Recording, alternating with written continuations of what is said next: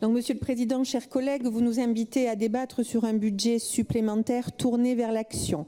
Permettez-moi de corriger le propos et de vous dire que l'action, si elle vient, viendra plus tard, car il ne s'agit là que d'un document purement technique qui propose des ajustements à la marge de notre budget prévisionnel 2018.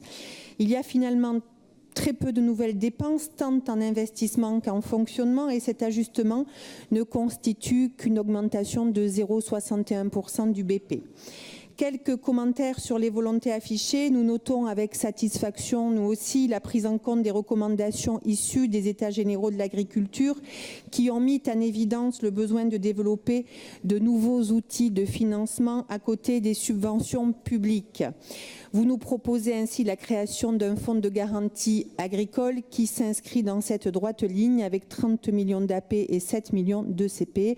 Nous y sommes extrêmement favorables, l'objectif principal étant d'accompagner la transformation et donc la sécurisation de filières régionales majeures et stratégiques pour la Nouvelle-Aquitaine. Merci, cher Jean-Pierre Reynaud, pour vos éclairages sur ce sujet.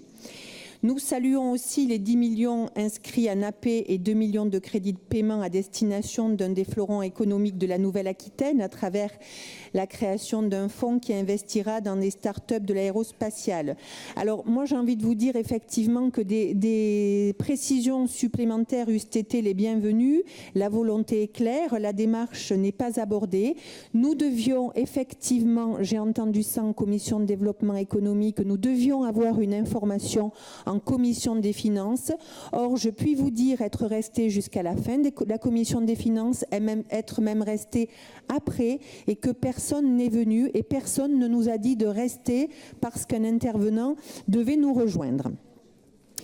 Je tiens également donc au nom du groupe Modem à saluer alors quelque chose qui peut paraître comme un point de détail mais qui est important pour nous, la volonté d'étendre la collecte des déchets toxiques à l'ensemble des lycées de la Nouvelle-Aquitaine et plus seulement à l'Académie de Bordeaux. Vous évoquez un soutien à la politique culturelle, permettez-moi quand même de sourire. Vous mettez 470 000 € en autorisation d'engagement, 7 000 € en crédit de paiement. On comprend mieux le taux de réalisation que j'évoquais ce matin en la matière. Ce manque d'ambition est pour nous une absence de volonté politique totale, d'autant que ce sont essentiellement des augmentations de subventions pour des événements qui existent déjà. Alors que la culture devrait être un outil majeur d'aménagement du territoire et plus particulièrement pour les territoires les plus éloignés de la métropole, des agglomérations ou des grandes villes. Donc cette inscription est décevante.